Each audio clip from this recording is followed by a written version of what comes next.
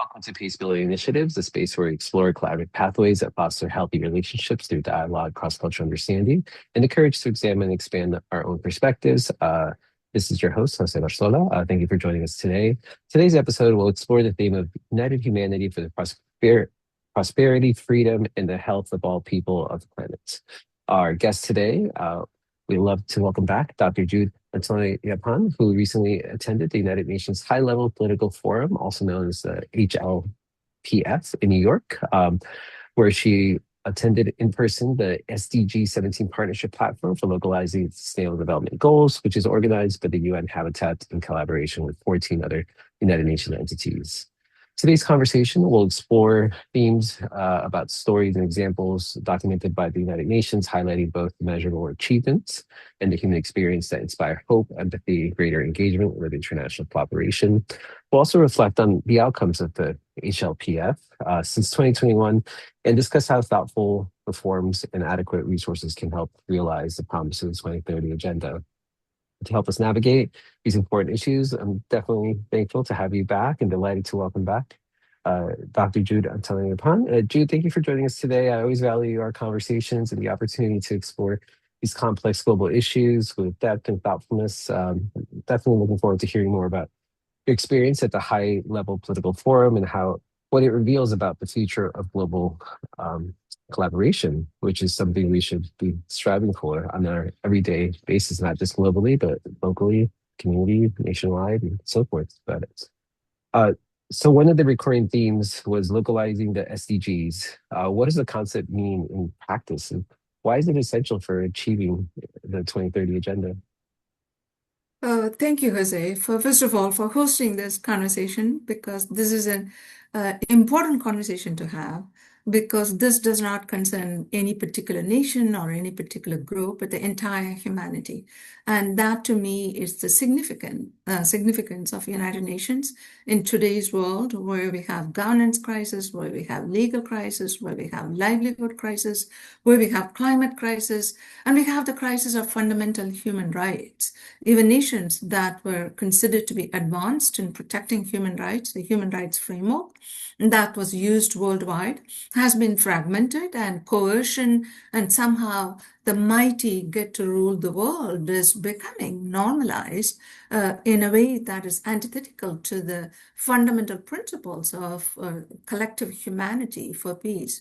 So, as I mentioned in our previous conversation, in 2025, I attended most of the sessions of the High-Level Political Forum in New York, and I was amazed, in fact, impressed beyond my expectations on the significance of the role played by United Nations in bringing civil society groups and bringing government and both the national and regional and local leaders and academics and also international organizations, all galvanized to meet the challenges of the time as expressed through the Sustainable Development Goals.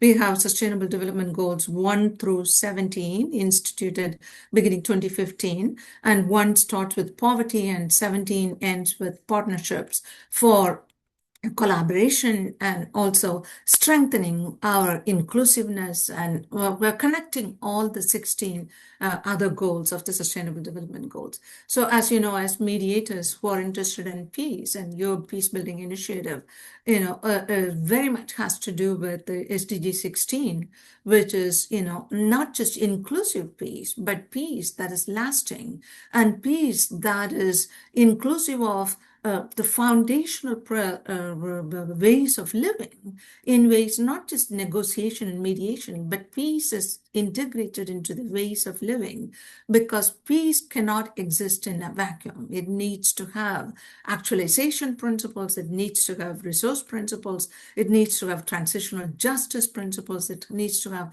access to justice and valuation of the rule of law. So therefore, I believe United Nations, having embarked on this path of Sustainable Development Goals 1 through 17 and focusing on partnerships and not just public-private partnerships, but partnerships among local communities and local and regional communities and extending all the way to nations, national level, is indicative of the foundational principles on which United Nations was, founded. When post World War II, we said we want all nations, no matter how big or small, to be equal. All gender, both men and women, to be equal. And we want to save the future generations from the scourge of war. And we want to have human rights as the foundation of all our activities. So, to me, these are all principles that we need to value. And attending in person this HLPF, 2026 HLPF, specifically on platforms for partnership, sorry, on localizing sustainable development goals organized by UN Habitat. Also, another agency that played a crucial role was the Italian Ministry for Environment and Energy, which was absolutely pivotal in providing a model for nations to include environmental considerations and access to resource considerations in localizing, in providing those project-based approach to local communities and linking them with the regional and national communities. And another organization which has connections with many other UN organizations is Local 2030, which also values localization of the partnerships, because United Nations is a phenomenal agency, but like any other international massive agency that has 193 nation states as part of it, has bottlenecks. And of course, UN 80, because 80 years since UN was founded, has started looking at the need for reforming some of the practices, some of the structural alignments of United Nations, and they realize that it needs to be done, but it's taking place at a time when the resources that UN generally used to have access to are not there anymore. There are nations that are supposed to be paying their dues or not paying their dues, which in my view is absolutely unacceptable, because this is an agency that relies on the contributions by member nations, and nations that should have the ability to pay should absolutely pay with gratitude, not as an obligation. And therefore, one thing that to me matters is this fellowship of humanity. To me, all of us are brothers and sisters, in a way, of this one human family. And we are close to 8 billion of us in this tiny planet. Well, it's huge, but compared to the cosmic structure, this is a tiny planet, one of the 9 that revolves around one sun, when we have trillions of other suns and galaxies and all that. And we are still comprehending the cosmic structure of the system that we live in. And therefore, to be humbly, with humility and with gratitude for our fellow human beings, to work together, that we have established this instrument, this architecture, this agency, this multinational multilateralism based organization, the United Nations, to me needs to be celebrated, it needs to be supported, it needs to be grown, and every nation needs to have a certain sense of gratitude for those. The United States, believe it or not, was instrumental in creating the United Nations. President Franklin Roosevelt was enormously, instrumental in creating it, and his wife, Eleanor Roosevelt, was instrumental in developing the Universal Declaration of Human Rights. To me, that's a sacred document. And in 1919, it was President Woodrow Wilson who started the League of Nations. I mean, he's a controversial president because of some of his views, but I believe in looking at both the strengths and the weaknesses of every public figure. And he started the League of Nations, but he couldn't get it ratified in the US Congress. But it was President Franklin Roosevelt, who was able to be instrumental in bringing the nations together and other entities together in creating the United Nations. So my hope is that we continue the path of making United Nations stronger with the necessary reforms, and we contribute to its acceleration role that it plays in strengthening humanity and supporting us. Well, thank you. Thank you for that. And I'm going to jump ahead a little bit in my questions, because you kind of brought up conversations about the importance of the United Nations and maybe for especially talking about like United Nations today. The public perception of the UN, I mean, in this day and age, is shifted. Obviously, many times it kind of comes down to every individual person's lived experience as far as like whether do they see a benefit to it, how does it impact them. And so I guess what aspect of the UN's work do you think are most misunderstood, would you say, normally? And then That's a brilliant yeah. question. Yeah. I mean, absolutely, the criticisms are warranted. I'm not saying they're not warranted. The UN, for some reason, has grown up to be this large, group of organizations. It had like over 4,000 events, and just in the as a kind of as related to events and public, the thousands of reports and publications just related to sustainable development goals. And so one of the criticisms is there a way to combine the different entities so they're not duplicating the activities? But I would argue and say that push back a little bit. Well, when countries have these expectations, I mean, resolutions and mandates, when countries provide these mandates and ask the United Nations to step in, it does need to act upon it. And so it does need to respond in a way that is helpful to the countries, nations. For instance, I could give you an example since we are focusing on sustainable development goals. That in the United Nations, as part of the Sustainable Development Goals, has established a mechanism called voluntary national reviews, the VNRs. Every country, takes turns to provide this VNRs. Voluntary, they provide it voluntary, but most countries do it. Some countries, every country has provided a VNR, voluntary national review, since 2015. But for this year, for instance, 36 to 39 countries provided their voluntary national reviews, and 19 of them are from Africa, and 7 are from Asia, and so on and so forth. So the United Nations has an organization called DESA, which helps these nations when preparing their voluntary national reviews, VNRs, based on scientific and evidence-based approaches.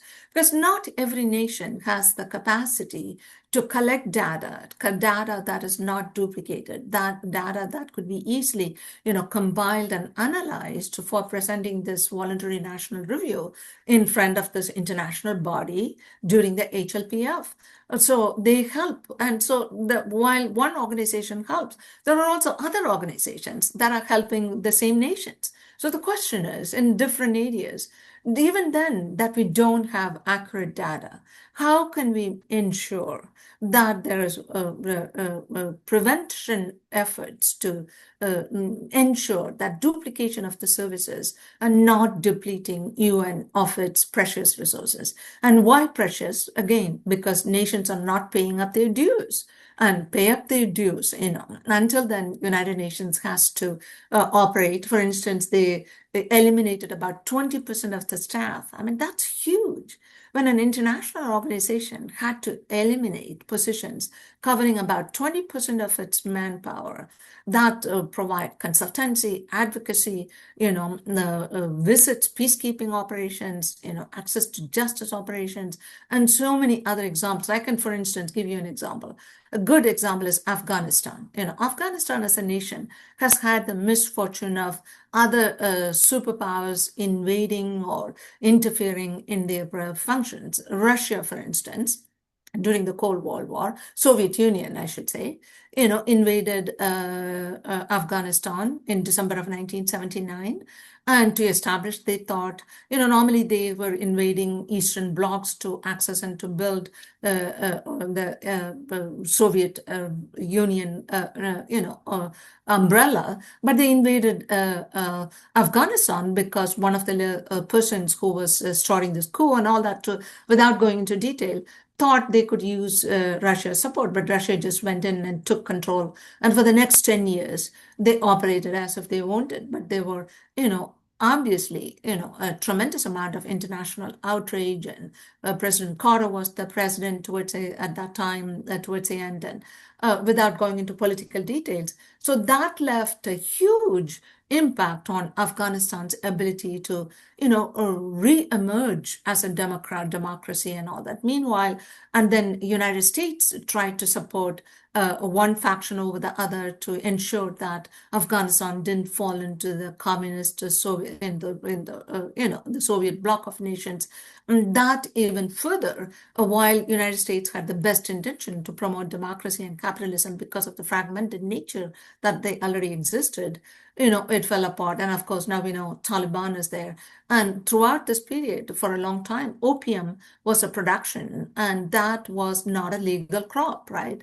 And so that further destroyed the society. And so they were trying to move away from opium production to legal crops production. And United Nations Office of Drug and Crime is the office that actually helped them. It is not any other nation. The nations who, impacted their foundational, structure that they had, however, fragmented it could be, were not able to help. United States tried to help as much as they could through different regimes, but because of the fragmentation that already existed, they weren't fully successful in and we had to send out troops, and the rest of the story, and people, or even the public knows. And then President Biden withdrew the troops, and then he was criticized for not being well prepared. And now, everybody's blaming everybody. But it's a United Nations Office on Drug and Crime that is helping Afghan farmers to move away from opium production to legal crop production. To me, that is a significant achievement. When people criticize the United Nations, they're not talking about it. Another example that I want to provide, which should help us have this cognitive empathy, this affective empathy, is for Sudan. Sudan has experienced forced displacement of 12 million, not 1,200,000, 12 million forced displacement of Sudanese from their home places where they lived. And many of them had experienced, serious loss, hundreds of thousands of them. And so it is the United Nations, UNHCR, United Nations High Commission for Refugees, which has offices in so many places. In fact, I did research for United Nations High Commission for Refugees when I was a faculty member at the University of Delhi with one of my senior faculty members who was phenomenal. And, with the Iranian and Afghan refugees who were waiting in New Delhi at that time, then who were being helped by the United Nations High Commission for Refugees. So I have tremendous respect for what UNHCR does. And now UNHCR is helping the Sudanese to have shelter, to have food, to have support system, to have health care, to have a sense of security. And to me, that is absolutely pivotal for displaced populations to have that. And for over 800,000 of them, they are also, UNHCR is also helping them in relocation, healthy relocation.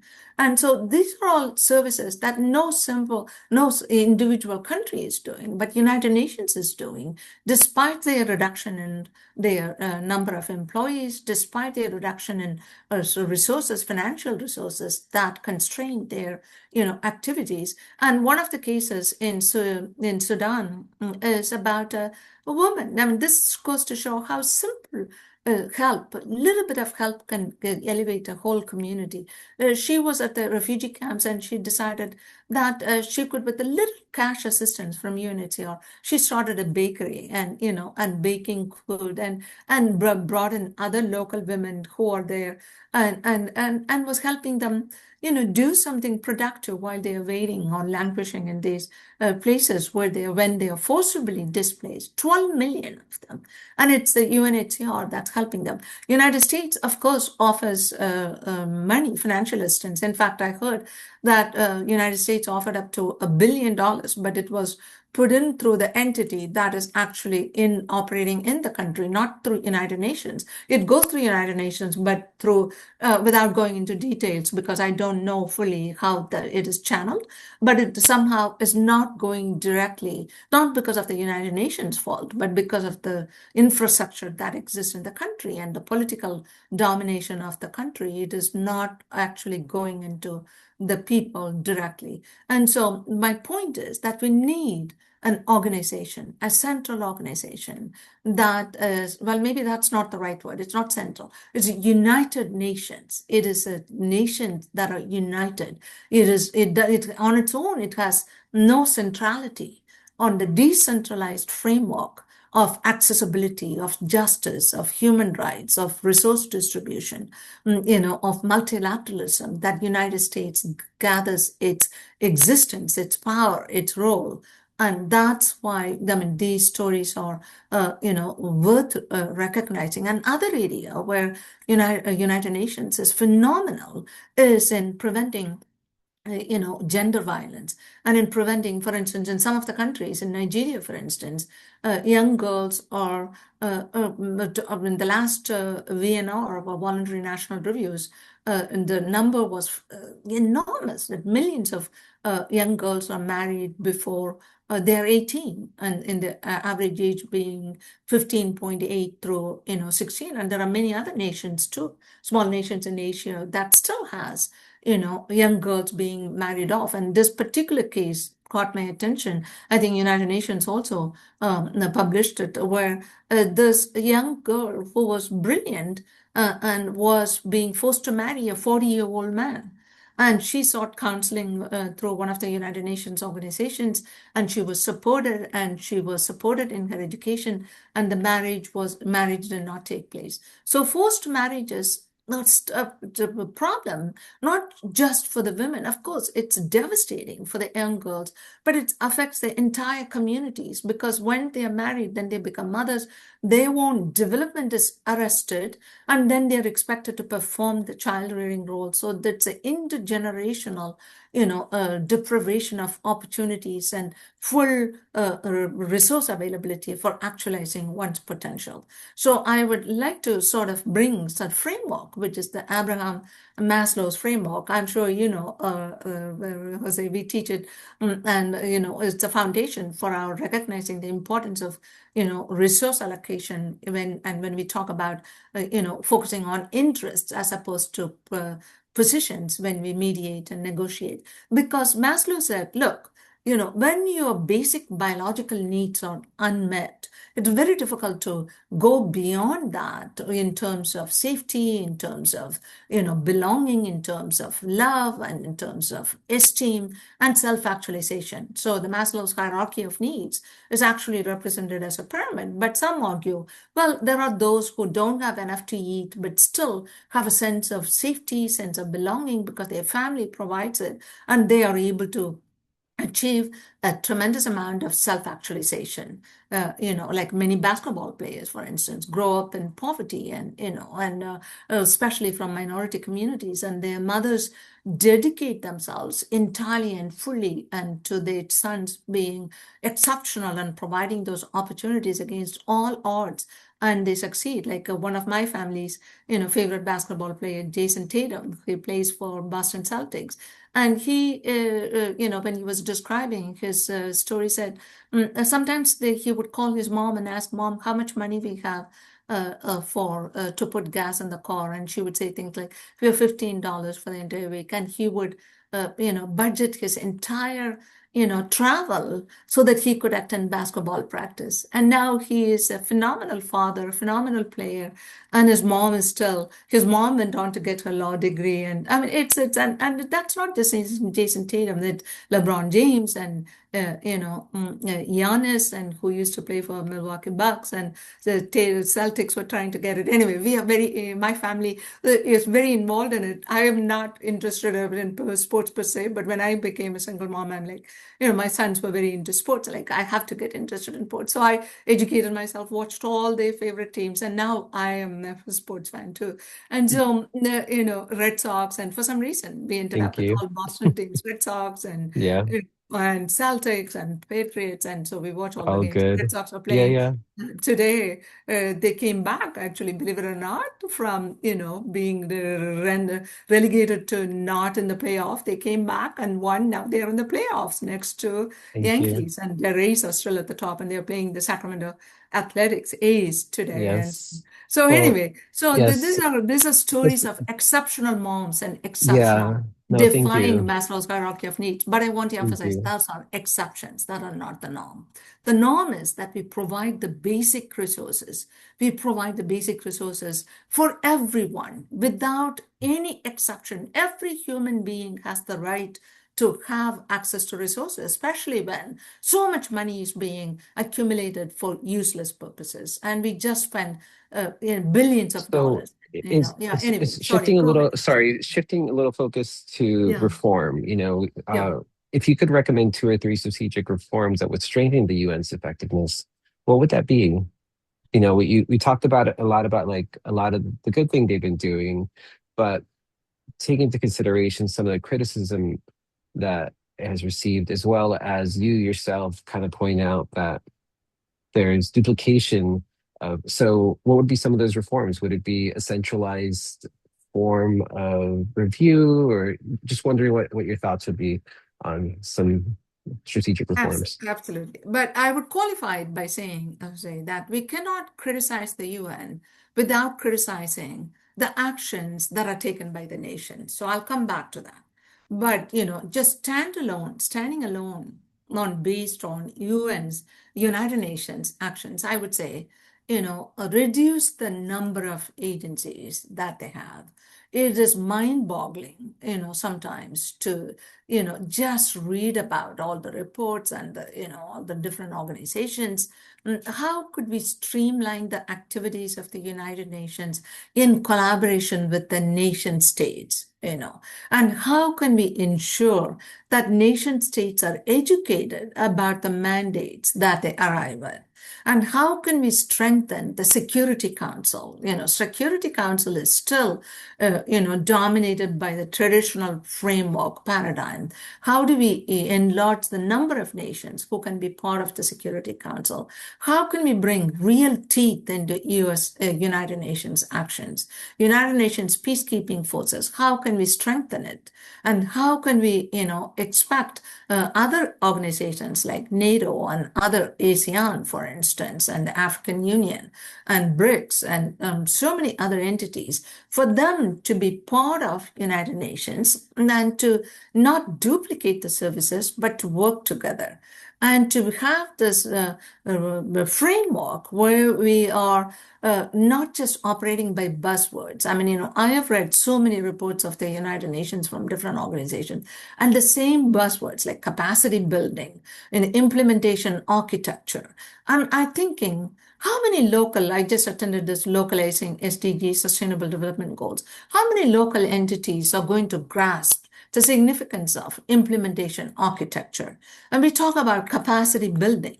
I mean, how do you translate capacity building in a remote village in India, for instance? Speaking of which, India is one of the nations that has had a successful voluntary national review and success in achieving many of the SDGs, Sustainable Development Goals, for instance, in reduction in poverty because of its growth, right? It's economically, it's growing significantly. But there are areas with pertaining to gender where they have not been able to achieve the SDGs as much as they would like to. But there are, for instance, let me give you a concrete example. For instance, the SDGs were developed with such positive momentum, but only 2% of the expected results have happened. It's already 2026. And the goal was 2030, right? In gender, some areas like gender equality, only 2% of the goals were achieved. And one would say, my goodness, all that fanfare and only 2%. In fact, in some countries, some areas, like some countries in Asia and in North America, gender equality has come down, regressed further before SDGs were implemented. Now, I might ask the listener, is it the fault of United Nations, or is it the fault of the nations that have regressed in their approach to gender equality and reducing gender-based violence? So, and peace, for instance, SDG 16. In peace building, there are also regressions, and although there is some progress in some areas, but inclusive peace building and transitional justice are areas that very much depend on the level of conflict.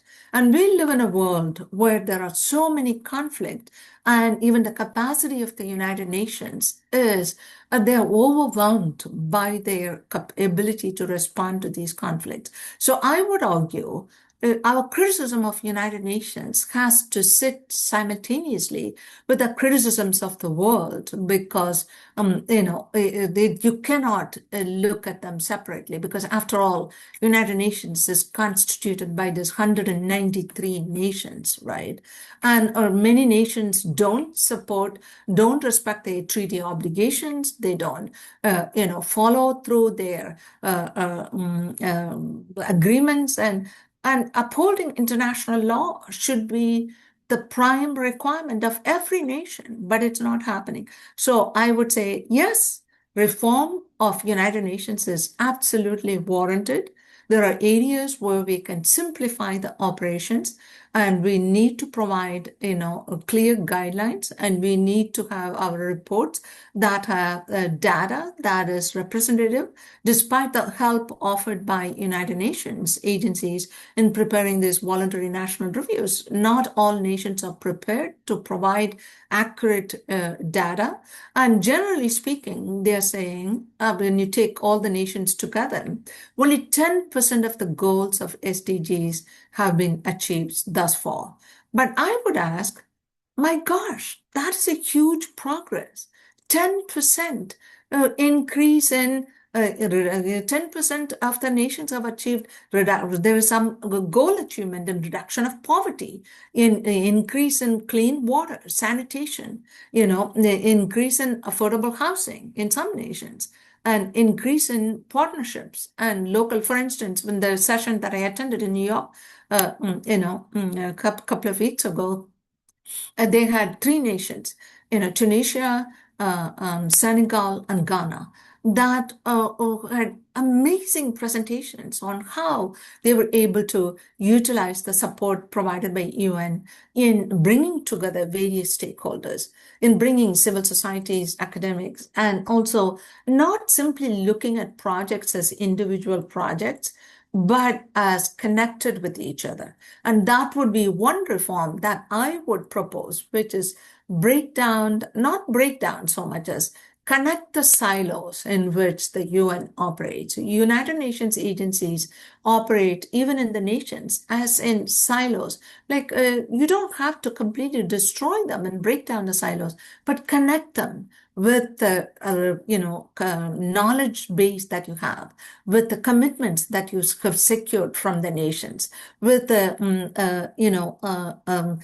civil society leaders, multi-stakeholder engagement. Focus on that. United Nations is already doing, in my view, a good job in involving civil society, but make sure that it is not just lip service, because one of the criticisms I heard with regard to the meeting that they had in Doha in 2025 was that there's lip service to multi-stakeholder engagement, but it's not really, I didn't attend that, but that's what I heard from the reports that were generated. And even in the 2025 HLPF, they have side events. One of the side events organized by Ford Foundation in our group, there was someone who was working in preparing for the Doha meeting and said, we keep asking for input in terms of multi-stakeholder engagement from several entities in the United Nations and other groups, societies, other organizations, but we are not getting it.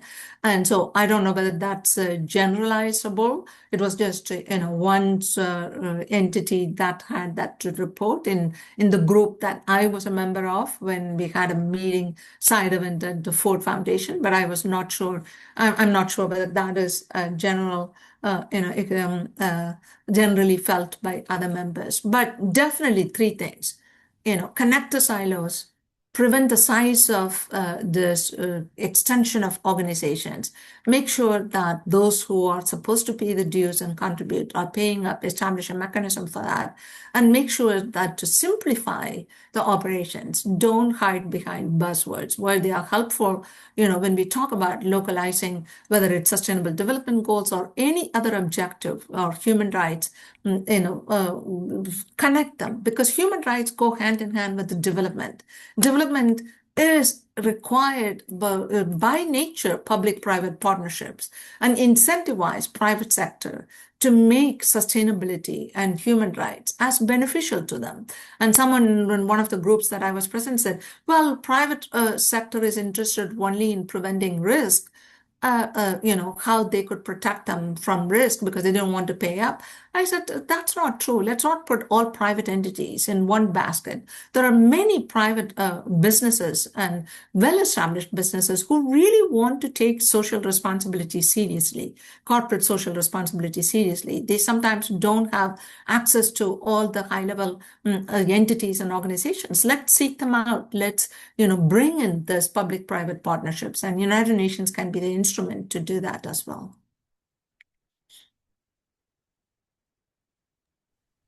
Thank you. Now, shifting a little back to localizing the SDGs, many of the presentations that emphasize the solutions rooted in local culture, economies, and governance structures, rather than importing a single development model, which I think just speaks to there's not one magic band-aid that will fix everything. So understanding the distinction is so important. Did you hear examples of partnerships that you believe could be replicated in other parts of the world, though? Love to learn about that. Absolutely. And a nation that's doing phenomenally in this area is Italy. In fact, the Ministry of Italy on Environment and Sustainability, I don't remember the exact title, but the MESA, that's the short form, was collaborating with the UN Habitat in organizing this HLPFF and on it's an HLPF side event on partnership platform for localizing SDGs. So they are collaborating with, don't just provide fund for individual projects, place the project in the context of, is it applicable to this particular community? And how is it related to other projects? For instance, if you're funding a project to increase peace, project to bring in mediation centers at a community level, ensure that your efforts in providing advocacy for reducing poverty is also linked to that. And likewise, because reducing poverty is number one SDG, right? And also make sure that it's linked to SDG 5, which is gender equality. Because unless you have gender equality, which is one of the foundational principles of the United Nations, men and women being equal, that you cannot have peace, and you cannot keep women outside the spectrum of peace discussions and expect somehow that peace will flourish in communities, because women are the implementers of those peace initiatives. For instance, in 2024, there were 50 peace actions that happened, within the umbrella of United Nations. And only 9% of the actors in those peace actions were women. This is a statistic, provided. 9% of the peace participants were women. And why are we not focusing on that? It's because we have not looked at the culture, as you say, Jose, in the local communities that keep women out of these processes. And then how do we bring them back in? How do we ensure that communities, when asked for funds, we say we are providing this framework with the understanding that the SDGs are linked from one through, clean water, climate. When a climate disaster takes place, it's women who bear the brunt. It's women who collect water from and get assaulted when they go to collect water. Their safety is violated. So these are all, when women are impacted, entire families are impacted, and their roles in community is curtailed by the prevailing stereotypes regarding women. So how do we strengthen these connections between SDGs by taking into account factors like child marriage? A good example is what happened in Sierra Leone, for instance. Because women demanded that child marriages be stopped, now child marriages are illegal It is against the law in Sierra Leone because women participated, women came forward, and United Nations provided support mechanisms, along with, of course, the principal power base for that movement were women leaders from Sierra Leone themselves. So you're absolutely right, José, with outsiders going in and providing technical know-how without fully understanding the local culture, local traditions, local path and folkways and pathways for action could do more harm than, help. And another is, for instance, female genital mutilation is another example, and how, in some ways it was considered that by simply pathologizing it or simply making it illegal, naturally the practice would diminish. It did not. United Nations established, by bringing to leadership women who escaped the practice through, in Zaire, for instance, a good example, and making them ambassadors for communicating those, practices, how they impact women and their self-esteem. Again, going back to Maslow's hierarchy of needs, and, provide women opportunities for employment. 90% of the women, or in other words, I should rephrase it, 90% of the informal work in many parts of the world, including Africa and Asia, informal work meaning work that does not have protection of benefits and, regular minimum salary wages, are occupied by women. And we say, oh, women have equal opportunity to work, even in the United States. I mean, since, recently, hundreds of thousands of women have been fired from their job. And, especially minority women in advanced nations. So because of this coercion, because of this mentality that somehow, devaluation of women is acceptable, it's not acceptable. We are devaluing humanity itself. And now with the artificial intelligence, Pope Leo the 14th's Magnifica Humanitas, which we discussed in our last podcast about AI and the future of humanity, emphasized over and over when Pope Leo introduced the Magnifica Humanitas. It wasn't just his introduction. They were academics and they were AI leaders themselves who came and talked about the importance of humanity, the importance of human relationships, placing them, the importance of human rights, the importance of human well-being, our connectedness, because we are fundamentally, going back to Maslow, individuals who can actualize our potential through relationships. And, that's why localizing SDGs, Sustainable Development Goals, is extremely important, because localization means human relationships. We talk in our language. We talk in our, known terms for self-actualization. We don't use words like self-actualization in a rural community, in some remote parts of a developing country or developed world for that matter. We talk about, how do we connect with each other so that we can achieve the best in ourselves. My granddaughter, whom I babysat, and today she just wanted to focus on, drawing and cutting out her drawings. And she kept cutting out, and she kept saying she wanted to be an artist when she grows up. And she said she wanted to be an artist in a spaceship, and she wanted to be an astronaut. And I was telling you can be all of that, darling.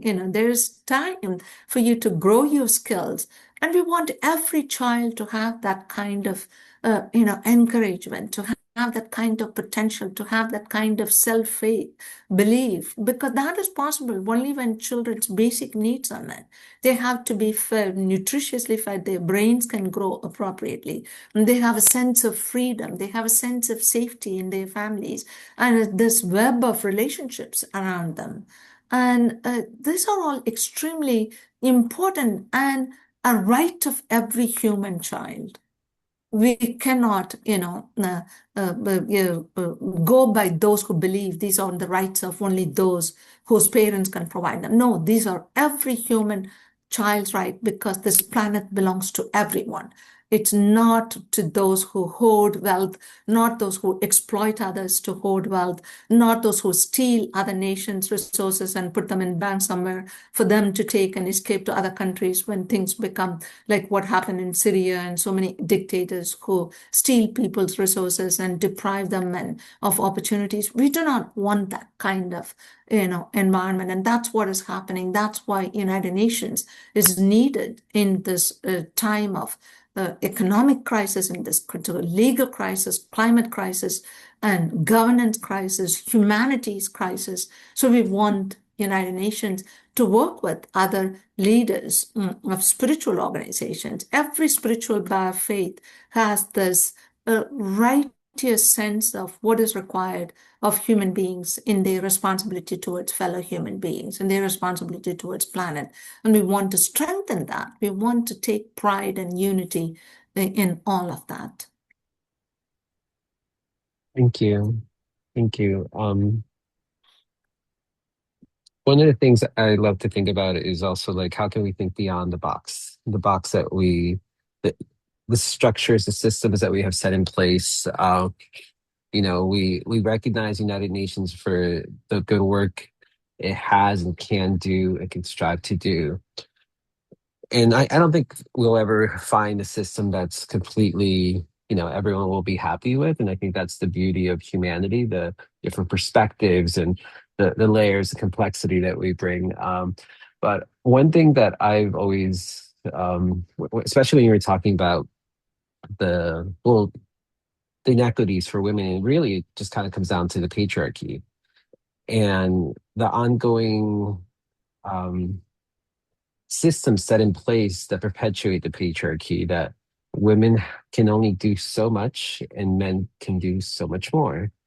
And to take it a step further, I start thinking about colonization and how much has been perpetuated by colonization and the systems set in place that are embedded in our everyday lives that of what we do as civilized, quote unquote, as we may think of certain, you know, areas more than others, it's still deep roots in colonization. And I think we can all agree that colonization it's antiquated, it's a very unhealthy structure to say the least. I mean, there's a lot more that we can definitely say about the brutalness of it. But yet the systems of colonization is what has set up things like or created systems like the United Nations. And so I, I would love to like reimagine.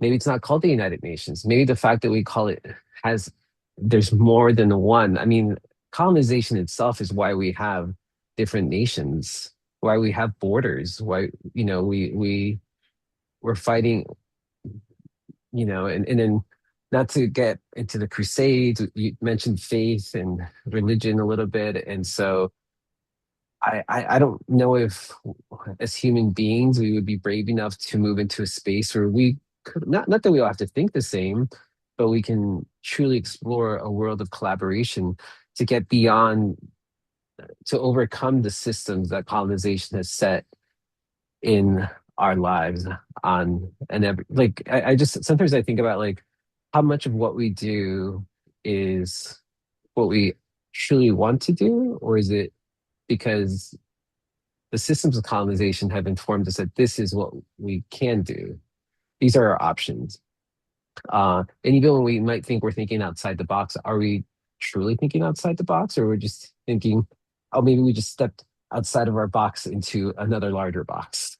Uh, and so, I mean, yes, there's different systems of governing out there, from capitalism, democracy, we have um, communism and so forth. I also have noticed that a lot of these systems, in theory and the philosophy of it, some of them are wonderful, but once you start, embedding human greed into it just doesn't work out for everyone because someone always wants to benefit and so yeah, I just sorry, I'm going down this rabbit hole of like um, as we critique the United Nations and maybe other systems in place, I'm not saying that one is better than the other, but maybe we need to, and maybe it's wild to think about like recreating the wheel because folks would be like, well, that's just ludicrous. Why would you think about that?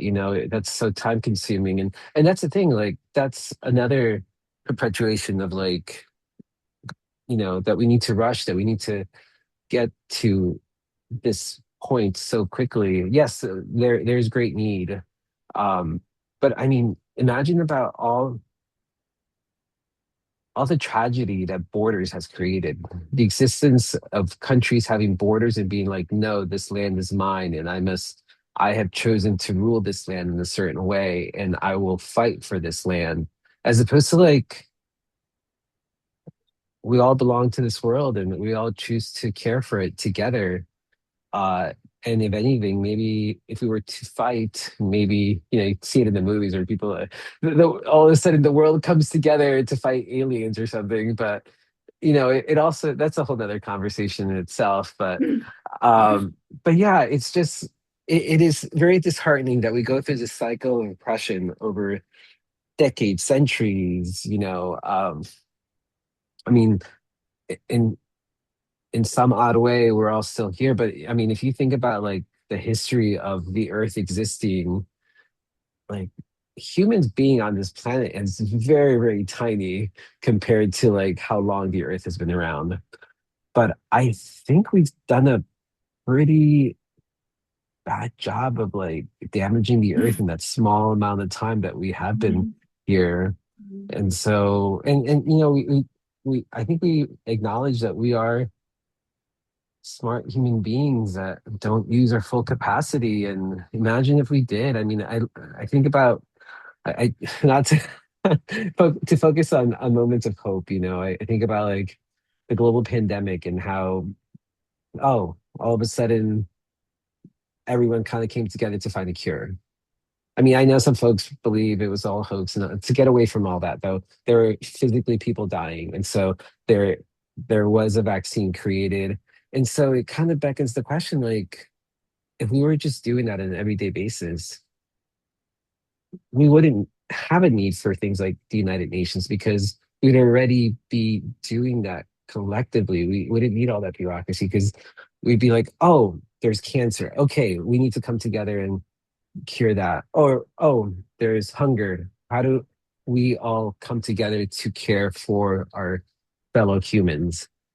And not to be like our fellow humans in this country, our fellow humans in this region. It's like our fellow humans overall. Because once more, we're creating distinctions and separation, and I've noticed there's a trend. As human beings, we like to categorize things too. And anyways, it's just some thoughts, no actual question in there, but No, there is an yeah, actual question. yeah.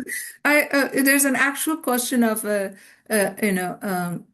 authentic human mind asking, where did we go wrong? What do we need to do? And what is the mechanism to bring systems and human drives in a harmonious coexistence? So, I mean, we don't want to go into the history of Earth and the presence of human beings. We all know, somewhere all started from Africa, the mother of all human evolution and human on this planet. But we are here. But I think when individuals start talking about, I will start with your first premise, Jose, which is colonization and how the impact of colonization provided these, divide and rule policies and, taking advantage of individuals who trusted the newcomer and outsider to help them and be, surprised when they realized they were actually being exploited. But if you think about, for instance, Queen Isabella blessed Columbus to go and explore. And if you think about UK, it was Queen Victoria, the Empress, that was in the East India Company went there before, and everyone celebrated Queen Victoria as the Empress of the world. The UK alone, a tiny little country, colonized about 115 current nations of the world. I don't think the issue is colonization per se, standalone. It has tremendous negative impacts in the world. But I think it goes beyond what individual psychopathology for greed, as you said, for domination, for power, how that can use the resources of the earth to establish their own need for power and and domination in exploiting fellow human beings. So it comes to the sense of, do some individuals believe that they have the unequivocal right to dominate, to exploit the resources, to guide how other nations should, conduct their natural resources. For instance, the extractive industries in Africa is a good example. Multinational corporations started their extractive business, whether it's oil or diamond or whatever, gold, in a way that exploited the labor of those countries and left them poorer than they started out with. So it continues. It's not just colonization. It now, through multinational M&Es, enterprises, that exploitation continues.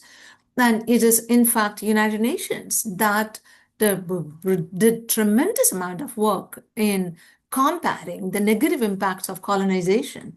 I mean, think about it in countries where colonizers went and delegitimized their local customs, their languages, and introduced a foreign language and made them feel inadequate and took their resources and forced them to, have engaged in No, agrarian practices. sorry for just briefly just jumping in because you brought up a couple different things. You brought about Africa, which I think talks more about like evolution than creationism. Already, some folks will be, Yeah. you know, be like, Yeah, but yeah. what about this? Like instead of this, and then you talk We don't want about to go so there. That is a no, separate I get that, conversation. Yeah. but that is part of the conversation of colonization. You know, when we talk about we're bringing in this perception, this new like this religion, it's like, oh, the concept that like, oh, these people are savages because they don't believe this deity that I have. So that's colonization Mhm. right there.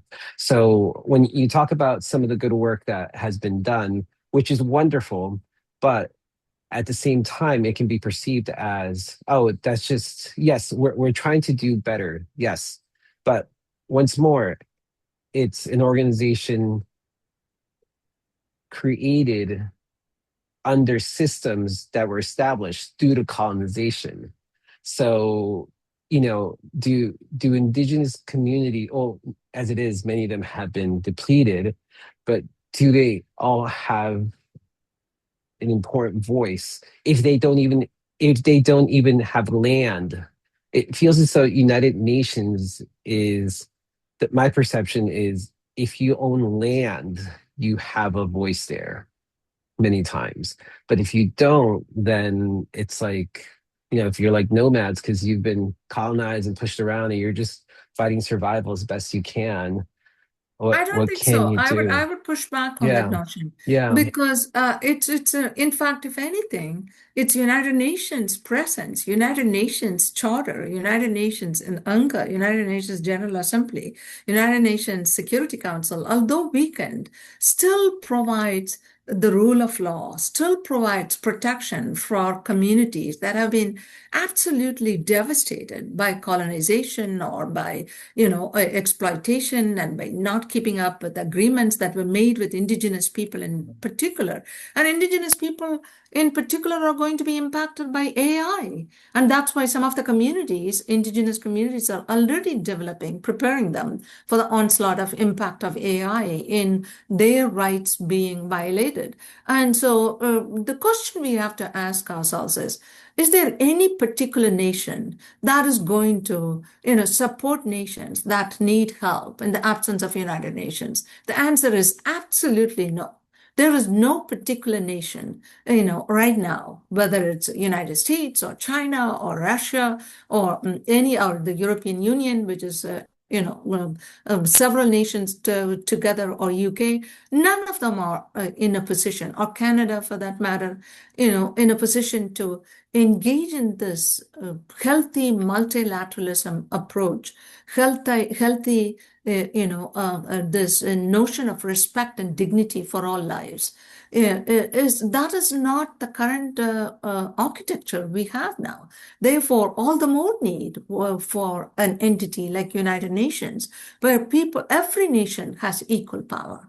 And therefore, I mean, I am all with you, Jose, in the call. We need to decolonize our approach to work, our approach to education, our approach to health, our approach to, profit making. And it is not the capitalist's fault. I personally like regulated capitalism because regulated capitalism is the way to go. Capitalism, when we had the New Deal, when President Franklin Roosevelt established the New Deal and all its associated programs, for a while, there were safety nets for all the people, and they could, many women who could not get education got education, and the aid to families with dependent children. And it was only later when capitalism was unregulated, both Democrats and Republicans need to take the blame for that in our country. But heavily, the supporting corporations in as opposed to not supporting human families and with TANF, temporary assistance to needy families. I mean, I can give you so many examples. But the point is, individual nations are giving up their responsibility to protect their own communities, their own historically deprived communities. And at this juncture, we need, for instance, a United Nations framework. Viktor Orban, for instance, in Hungary is a good example. Although European Union, all the nations come together and make decisions, he was against so many factors, including not providing support for Ukraine, against an aggressor who is, for no reason other than territorial domination, because just destroying a country, thousands of its own citizens who are being killed every month, and so on and so forth, and destroying planet and precious resources of so many other countries being wasted.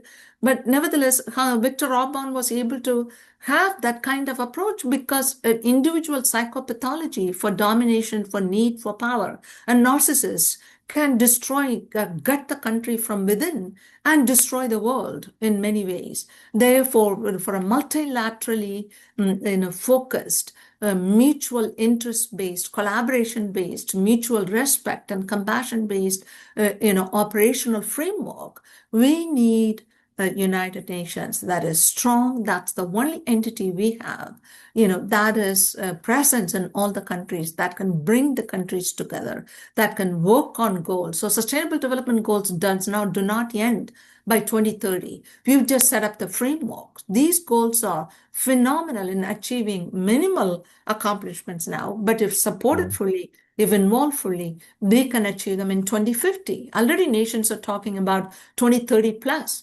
I am for it, so I hope that we would visualize I achievement do. of these I, goals. Yeah. yeah, I do wonder if we can do something better.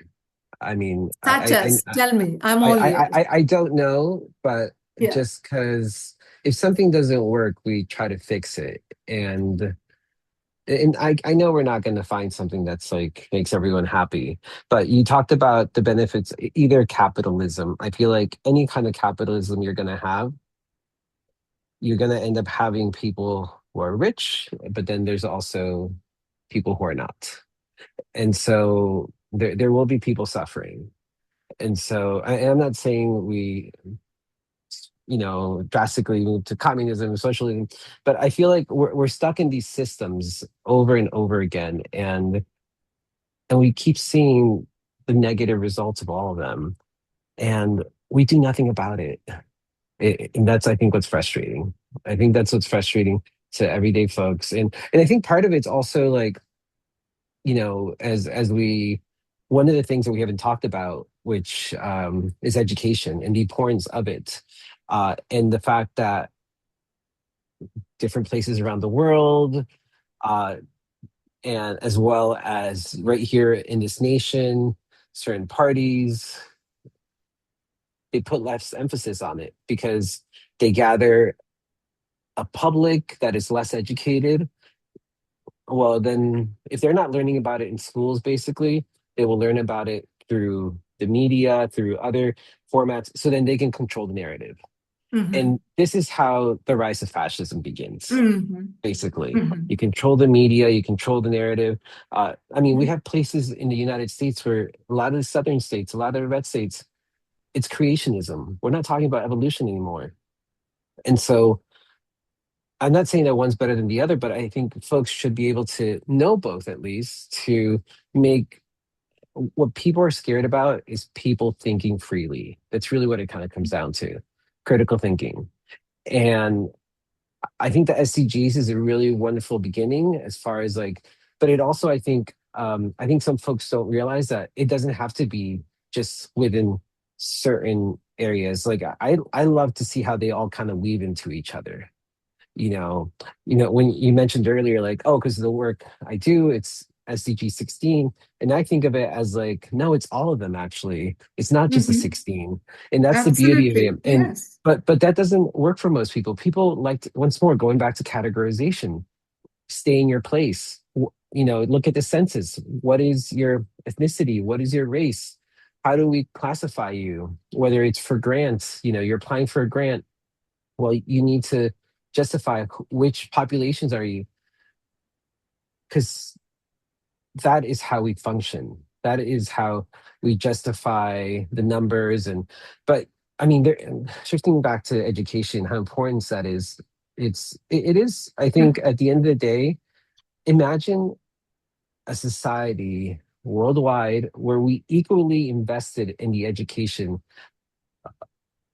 of our citizens, of everyone there, whether, and I'm going to get away from the word citizens because then that gets into mindset of like, are you legal or not, of like everyone in that space. Um, no matter your documentation and all that, just encouraging folks to think critically, to question things. Uh, but that's not where we're at, unfortunately. We're at like, you know, and I don't know if it's this day and age because there's like so much information out there. It just seems overwhelming that folks are like, you know what, maybe I just want to like focus on this right now. This is what I can manage, kind of thing. And I can. It is a privilege to live in a country where you can be like, I don't think I need to like follow the news this week. Maybe I'll catch up on it next week. Because for the most part, we can rest assured some people, it's not really going to impact them. It's not going to impact their everyday routine of going to work, going to, the groceries or whatever activities they're involved in. Um, that is not the privilege that a lot of places around the world have. And Mm-hmm. so just for people to be aware that, to acknowledge that privilege that we live in, I don't think people use that word that much. We refer to privilege sometimes as like, I've heard of it as like white privilege, or like, oh, people who have lots of money have privilege, which, yes, it's important to acknowledge that, but also just like, because I think understanding the privilege that we live in connects very much to, there's a sense of humility there. Mm-hmm. There's a sense of, and I think that it's a problem when, as human beings, we lose humility, Mm-hmm. because that's where egos start out, and that's where, it's when, and I think, and as it is an election year, or somewhat of an election year, and as we look at folks that, move us, we try to like see, are there folks that we can connect with, are there folks that, have that sense of humility still. And Yeah. so, yeah, I mean, it's sorry, just random thoughts that come to mind as we're No, no, no. talking. They might be random thoughts, but they're all connected. But think about, Yes. you're absolutely right.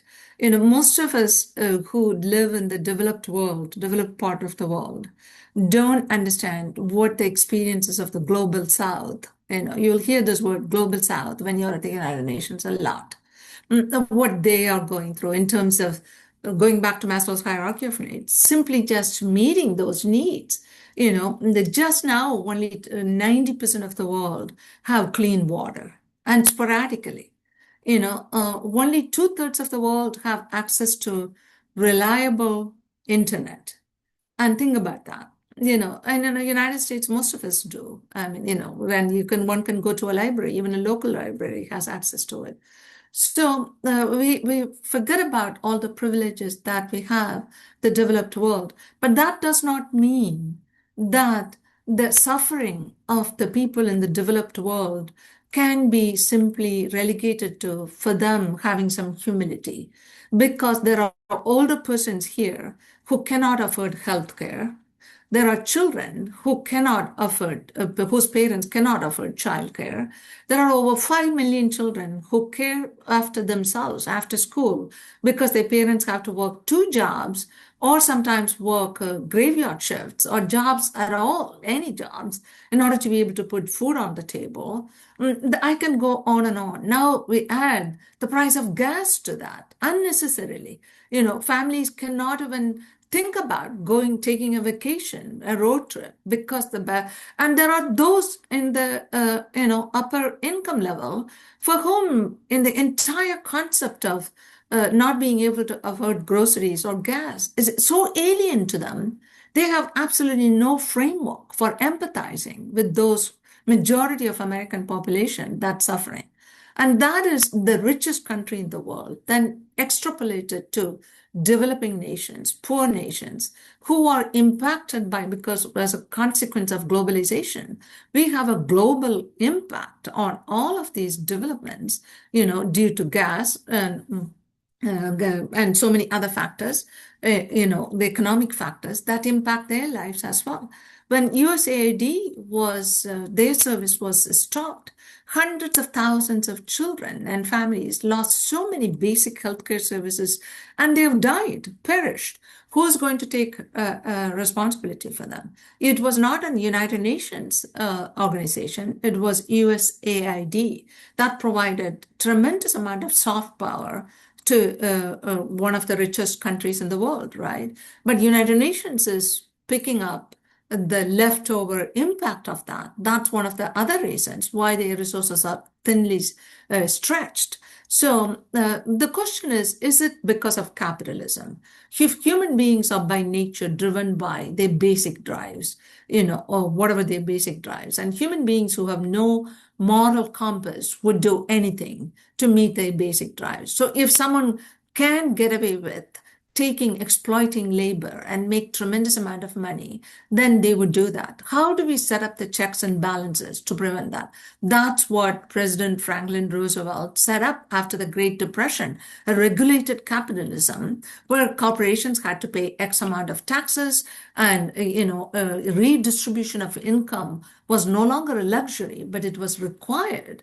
But then President Reagan came and said, oh no, trickle-down economy, if you give more tax breaks to corporations, they're going to reinvest it. That didn't work. Yeah. So I therefore, let me just finish my thought. yeah, One yeah. thought, Jose. It's okay. Simply blaming capitalism without looking at how capitalism needs to be regulated is doing a disservice, because when we abolish a system, we better have an alternate system, because socialism and in the way that was practiced in Soviet Union was abject deprivation of human freedom. And they also had exploitation. The party members had exploitation. That's why Soviet Union fell. And And that's why, I mean, I I, was a Fulbright scholar in Germany. So I studied East Germany and West Germany. East Germany was dominated by, controlled by Soviet Union, and West and I'm Germany not was saying any of these systems are democracy. better though. Yeah, absolutely. So I know. I think one thing that I'm thinking about, sorry, as you're saying, survival of the fittest. That is an ever ongoing issue in humanity. And maybe it's basic nature, survival of the fittest, whether you're in capitalism or in socialism, whatever system you may be. And it's and that's part of the problem, that we That's think about yeah, it yeah, in like yeah. how do we, and by survival of the fittest, by that Mm. same just concept, that means you're just focused on yourself. You're not focused on other folks. And what we're talking about is collaboration, coming together. And but it's so deeply embedded in like human nature. Correct, Like correct, correct, correct. yeah, please. Yeah, go Because ahead. survival of the fittest, the Darwinism.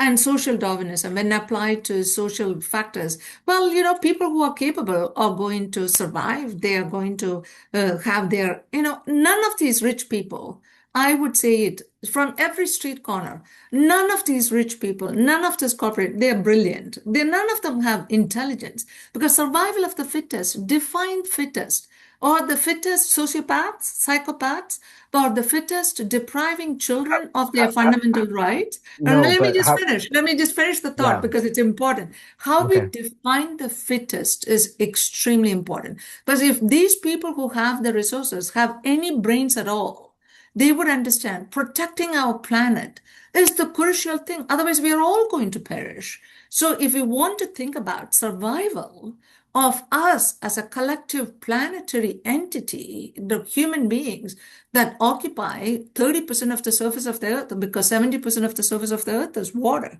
right? And less than 30%, and we have forest and human beings occupy some parts of the earth. And therefore, we have to have this understanding, survival of us and the planet for our future generations, not just these greedy, power dominant, individuals who define their progress in simply economic hoarding as the progress, as attributing to their intelligence. No, it's intelligence of so many people who work for them, who help them create, and at the end, don't even have basic access to healthcare in some of the companies that they work for. So I would argue that I agree with you, Jose, 100%.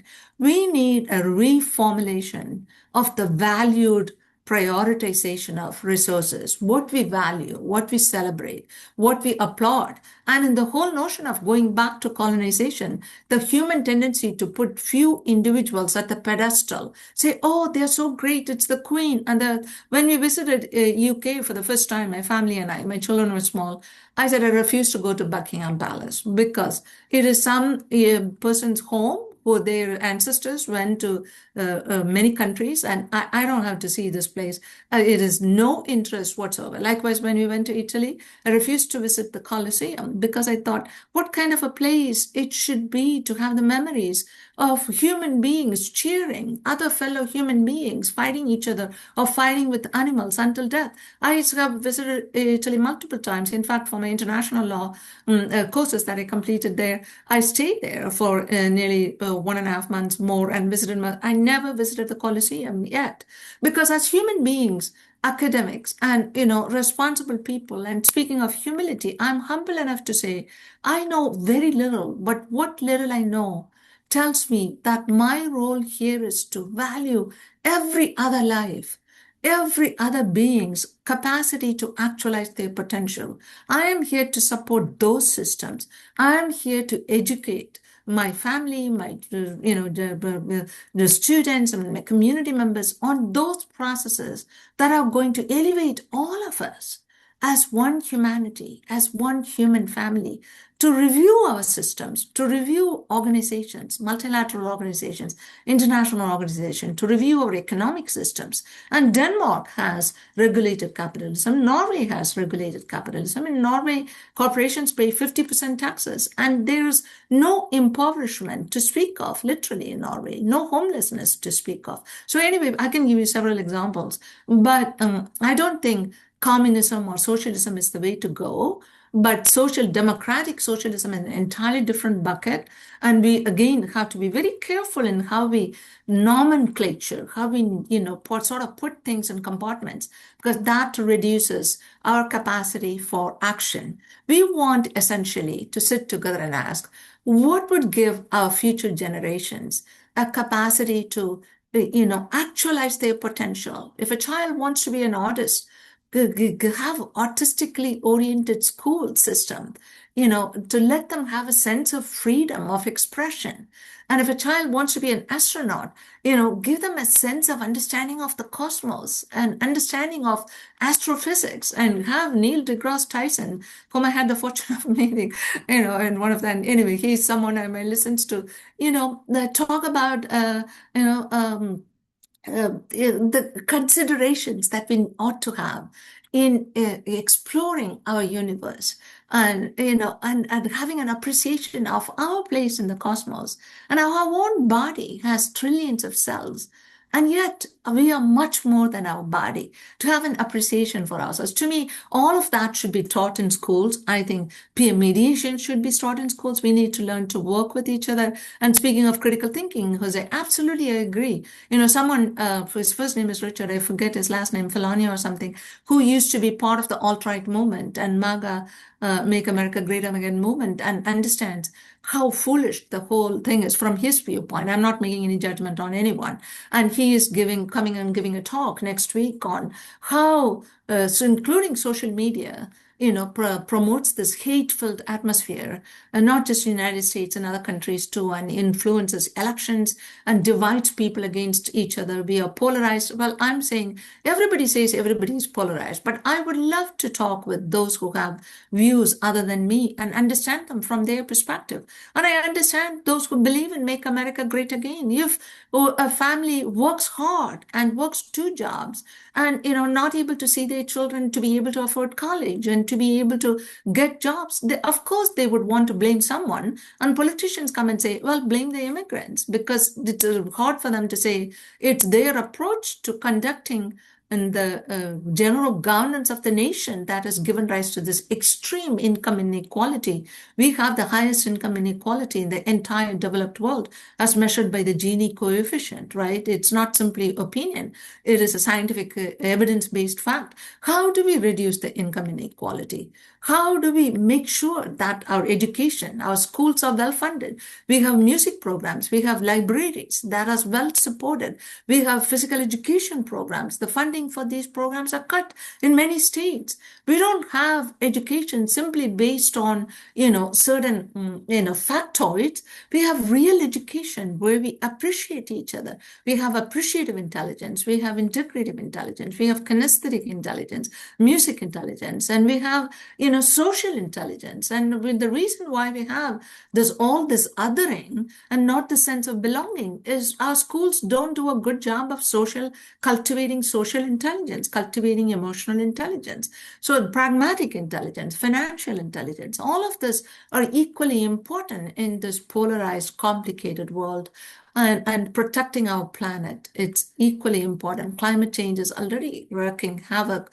For anyone in power to deny that, and anyway, we don't want to step. But again, United Nations does a fabulous job of in emphasizing the importance of our health of our oceans, health of our environment, health of affordable, inclusive communities, housing, peace, and healthcare, gender equality, and employment. I can just go on and on. United Nations has approached every facet of humanity and has the knowledge and the capacity, but they have to simplify their mechanism. They have to reduce this bloated organizational structure, and they have to motivate member nations to pay up their dues and have model UN in every school. Yes, have a model UN in every community. Make it localized phenomenon instead of just in New York or in Geneva or some other place. And so make access to justice a reality. And access to peace a reality, access to food, access to basic needs a reality. Then everything else will come up, and we will fail, but we'll continue to thrive. And so that's my view on it. Yeah, so sorry, I get, very emotional when, I see children suffering in poverty and, No, and it's quite begging. okay. So, yeah, it's No, very hard for me. Yeah. just to respond to some of your comments. Well, one, I would just point out, I wouldn't blame educators. You mentioned No, not education at should be all. doing, Not no, but education. you mentioned education should be doing something, and it reminded me of our earlier conversation about, educators aren't even provided the right resources. Exactly. Yeah. It's wild how, at the beginning, just reflecting upon like when I was going through K through 12 as opposed to when folks are going through K through 12 now.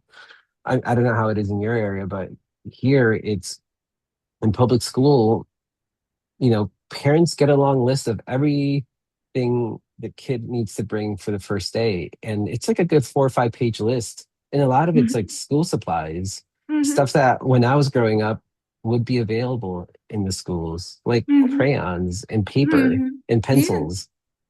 So that's just a testament to like how bad financially just the education system is not getting its support. Obviously, this is public school we're talking about. Private school is a whole nother world in itself.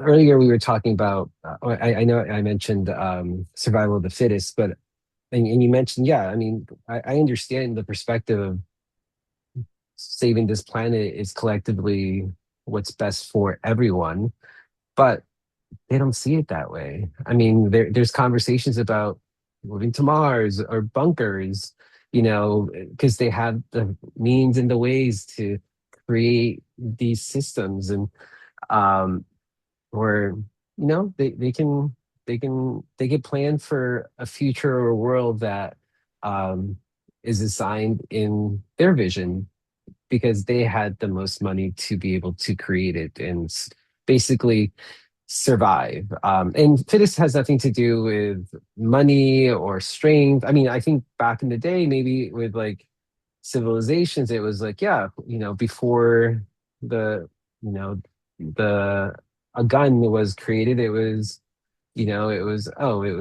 maybe hand to hand combat, then there was maybe arrows, and all of a sudden the weapons evolved. And so it kind of became whoever had the largest weapon or the most dangerous weapon. I mean, it got us to like the atomic bombing, which, Mm. it's like, and I would just think like, I would hope that we would learn from our past mistakes, but we don't. We continue to go in the cycle of oppression cycle. It's like, I don't know, it's the lack of education, the lack of just the egos, like whatever it may be. But and and yes, I agree with your comments about, not to get rid of one system without having another one planned. But I just, yeah, it's not something that we're going to solve today, most definitely. It's not something, but I do want folks to think about, what would it be like if we lived in a world where we didn't have borders, where we didn't have, we weren't asking questions about, we didn't have conversations about immigration or refugees because we're all one, you know, united group of human beings. Um, what structures would we have in place, uh, set in place to kind of guide us along to protect folks for us to be able to move forward? It doesn't need to be one unified. I mean, obviously in this format you would have a lot of people in power having to give up their power, and that is why we can't move toward a world like that. Because even in circling back to the United Nations, there's a collection of nations there. Some of them I think are naturally invested in collaboration, while others are there for, some might say, the performative aspect of things, Mhm. to know about what exactly are these. By me doing this, what can I get from you down the road? How can Mhm. I benefit? How can my country benefit from maybe some of the resources, minerals that you might have? Mhm. Um, so it's not sometimes with the best intentions, and I get it. Like there's, everyone has their own things in mind. But yeah, it is, going back to our title, United Humanity for the Prosperity, Freedom, and Health of All Peoples of the Planet. So that's where my mindset is, thinking about the title of what we're talking about today, and how do we strive toward that. And, SDGs, I think, is a great stepping stone toward it. Mhm. But I always wonder, is there more we can do if we were to force ourselves to think outside the box, to think outside of the systems set in place that are remnants of colonization many times. And for that, it takes us to use that critical thinking to doubt, not just rely on our education path, but also like search out additional knowledge. As you mentioned, let's learn about those perspectives from folks that disagree from us, that are on that other aisle per se. But yeah, it is. I think, overall we are striving for the same thing. We would like a better future for our future generations. Yeah, That's but if I really can, why we if do what we yeah, do. Yeah. absolutely, you say, and well, you're absolutely right. This is what we are in a crisis. We are in crisis at so many levels that I started out in the beginning. But the point being that individuals who have, and United Nations itself recognized the absolute importance of distribution of power. But I don't think we can, expect all of us to come together as one entity without, borders, because culturally, socially, individuals identify our natural tendencies. We're from clans and tribes, and we like to belong. And so, but the point is that as a united humanity in the form of United Nations, we can have the expectation that every country would follow the rule of law. And if that is being violated, we have the International Court of Justice, International, ICC, and other institutions to make sure that it doesn't happen. And they have been very successful in so many ways in tribunals. In fact, after the fascist regime and the Nazi regime, the Nuremberg trials and so many other, the tribunals, the Rwanda reconciliation, and there's other, so many different facets. United Nations has played, their instruments have played a key role.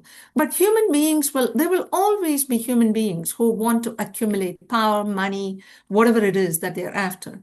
If we have mechanisms in societies, by having rule of law, by having checks and balances, then we can stop those individuals. The current crisis is because those checks and balances that were in place have been eliminated by misinformation, by a violation of foundational principles of most countries where these atrocities are taking place.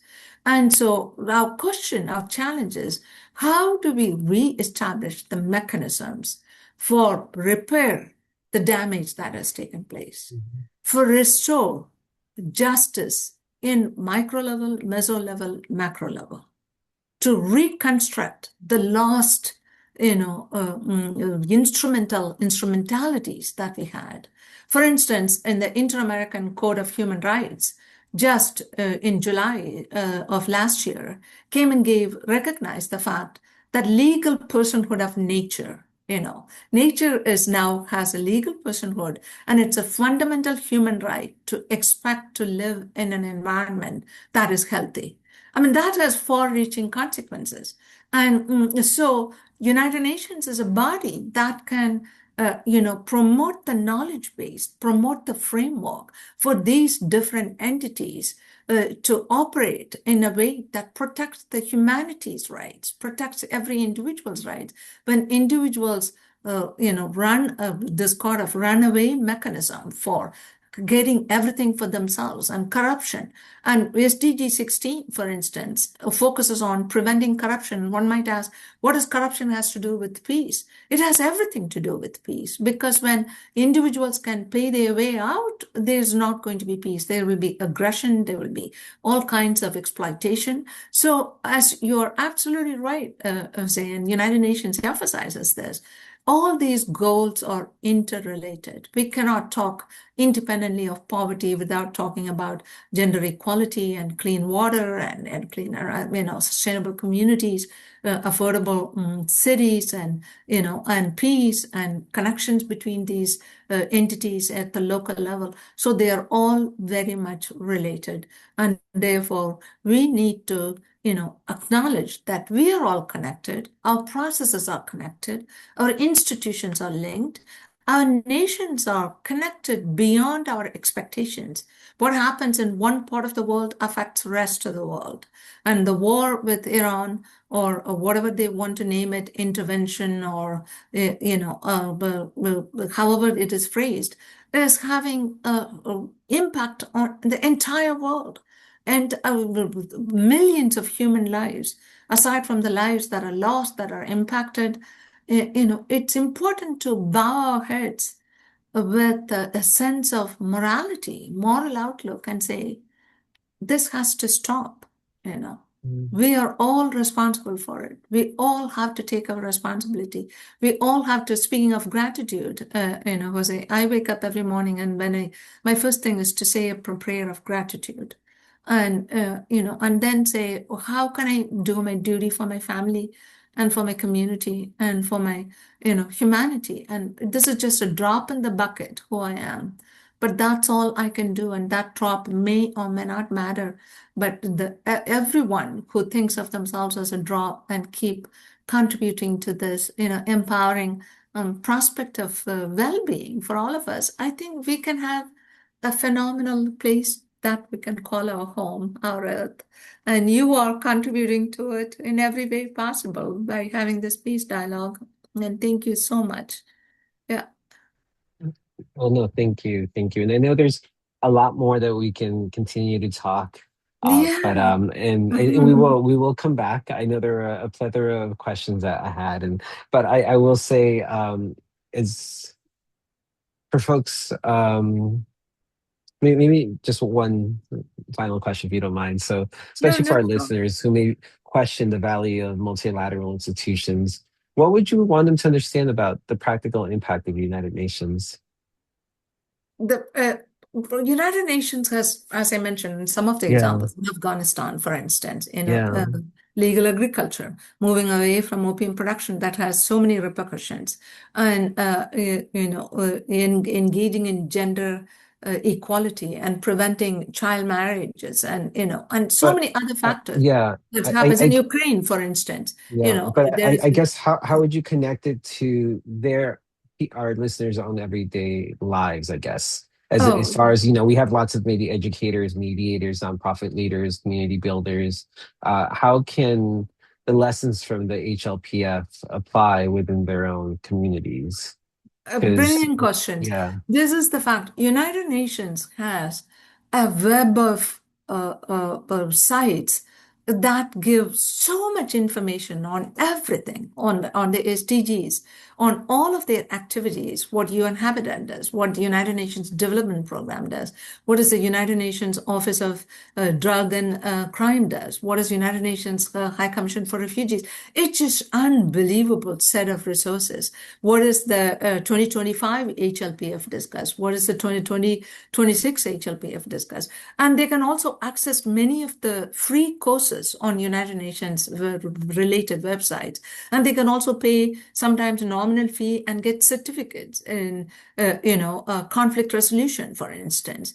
And so United Nations also has a United Nations University. It has its headquarters in Japan, in Tokyo, but has many other, individuals contributing to it. And so there are various ways in which the listeners can take advantage of the resources offered by United Nations, and also the engage in dialogue within their communities and their immediate environment to support the United Nations and make sure that their nations are paying their dues to United Nations, and that they prioritize. It's all a matter of prioritization, what we prioritize in our lives, in our actions at the micro level, at the meso level, and macro level. How do we prioritize our actions, knowing that we are here for a limited amount of time, and we celebrated my daughter's birthday the other day, and she's like, 39, and she's like, how did 39 years go? And I was saying, I feel like I just gave birth to you like a few years ago, So our time is such a limited journey on this planet. How do we make it in a way that we not only use the talents given to us, actualize our potentials, and surmount obstacles? I mean, I can for sure say I have surmounted so many obstacles in my life, and so many women. I mean, what I've gone through is nothing compared to so many women from most deprived communities go through just to get education. just to get an employment, just to be able to rear their children in safety, just to escape sexual assault. I mean, it just goes on and on. So, how do we make it safe for every child to grow up in an environment of support, environment of love, and freedom of expression, and freedom to pursue their, cherished goal in their life and actualize their potentials so that they can transcend this limited period on our earth. There are those who are taking 80 supplements. I read one of the rich men, whose name I don't even want to mention, takes like 80 supplements and he injects his son's plasma into himself or something Oh because he my. believes that he can live up to her beyond human expectations. Like, Yikes. yeah, exactly. That's the kind Okay. of craziness that Well, comes thank when they have you. too much money. But Yeah. we don't want to go there. But we can provide Thank at you. least basic health care for every child, every being, and adequate ways of standard of living and a safe housing and a sense of community. I think United Nations SDGs do that, and we can support United Nations and support our own national leaders, which every nation has good, noble leaders. Let's support them to bring those framework into action. And then let's support our united actions and then to blossom and flourish and to acknowledge our failures and move forward. Yeah. Thank you. Thank you so much. As we conclude today's conversation, I hope folks listening can, leave with some renewed appreciation for what it is possible, definitely when people, communities, nations choose collaboration over division, which is what unfortunately we see and hear. And I know sometimes it's unfortunate if all our news comes from one direct source, because Yeah. it's also like, we're just watching TV. It's like it's what's going to sell. It's more of like a market, going back to capitalism, right? And as opposed to hearing those warm and friendly stories about, the good things that are happening. Mhm. So the challenges definitely facing our world. We have conflict, we have inequality. We talked about climate change a little. There's public health and human rights. It definitely can't be solved by one country or one institution alone. I think it just wouldn't make sense to even have that mindset. It does require these partnerships built on trust, which hopefully, that's, I think, if anything, a key responsibility for the United Nations, creating a space where people can build that trust, where, shared responsibility and a recognition that we have that our futures are deeply interconnected if we want to survive on this planet. Mhm. So definitely, today's discussion reminds me that the SDGs and Sustainable Development Goals are more than just a global agenda. Mhm. There's shared invitations to create communities where each of us have the opportunity to live with Precisely. dignity, Yeah. security, and hope. That's, Mhm. I think, what keeps most of us. If we didn't have hope, it's like, why do we continue to do this? That's Exactly. really at the Yeah. core of it all. Yes. And so, while the work of the United Nations often unfolds far from daily lives, its impact is ultimately realized in our neighborhoods, our schools, our workplaces, and our Mhm. relationships. That's really at the core of it all. So, thank you so much, Jude. I greatly appreciate sharing your insights, experiences, thoughts, and reflections from this year's United Nations High Level Political Forum, helping us better understand both the opportunities and the challenges of international cooperation, reminding us that meaningful progress begins with the willingness to work together. So, thank you all at Peacebuilding Initiatives. We believe that peace is not simply the absence of conflict. It is the presence of healthy relationships, courageous dialogue, collaborative communities, that every conversation we have, every bridge we build, and every act of understanding brings us one step closer to a vision. So thank you for joining us. Until next time, we'll continue listening with curiosity, leading with compassion, and building peace. One relationship, one conversation, and one community at a time. Thank you so much. Thank you. Thank you.